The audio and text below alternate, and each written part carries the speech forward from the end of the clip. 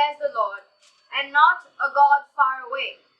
Who can hide in secret places so that I cannot see them, declares the Lord. Do not I fill heaven and earth, declares the Lord. Here we see the omnipresence of God. Once there was a man always fond of questions. Whomever he meets, there will be always questions from his mouth. And one day he went and asked the beggar, why do they say God is everywhere and I don't see him anywhere? I don't see God, but they say God is everywhere. And that beggar, he didn't talk much, but he just took a clod of dirt in his hand and he hit him. And that man, he said it hurt him. He said it pains, it hurts me.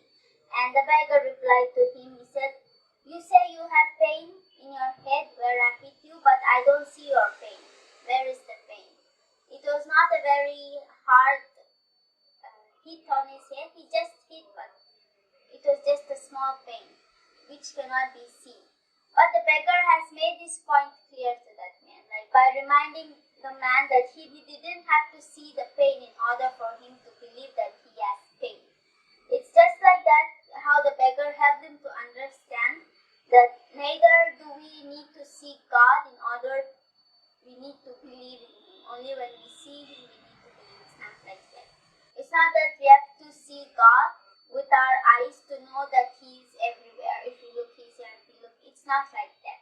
It's just like how this beggar is explaining to this man with that simple form of act. Like we see that the promise of God's omnipresence comforts and encourages the believers, the Christians. When it comes to the omnipresence of God, like God is everywhere, and in order to believe that it's not just that we have to see him, but we can feel it. It's not just only when we see it, we need to believe it, but we are capable of the feelings that we go through. And it's reminded of one of the Scottish preacher named Thomas Chalmers. I'd like to read it, the quote he says, when I walk by the wayside, God is along with me. When I enter into company amid all my forgetfulness of him, he never forsakes me. In the silent watches of the night, when my eyelids are closed and my spirit has sunk into unconsciousness, the observant eye of him who never slumbers is upon me. I cannot flee his presence, go where I will. He leads me and watches me and cares for me. And he just says how God never leaves him. Even if he forgets him, he's always with him. Wherever he goes, wherever he comes, he's always there. Even though he sleeps, even though he's unconscious, even though when he's not aware, God is still with him. And it's just like not only with him, it's not only how God reminds to Jeremiah, it is also remind for us. No matter where we are, how we are, or who we are, God is always there and he sees us and he is always on the watch. We can always be certain. We can always be assured. We can have that assurance that the unseen God is always near us. And wherever we go, wherever we live, he walks with us and he guides us. And he assists us. And he not only that, he comforts us. And overall, he blesses us. And we need to be grateful for that. And we need to be thankful for him.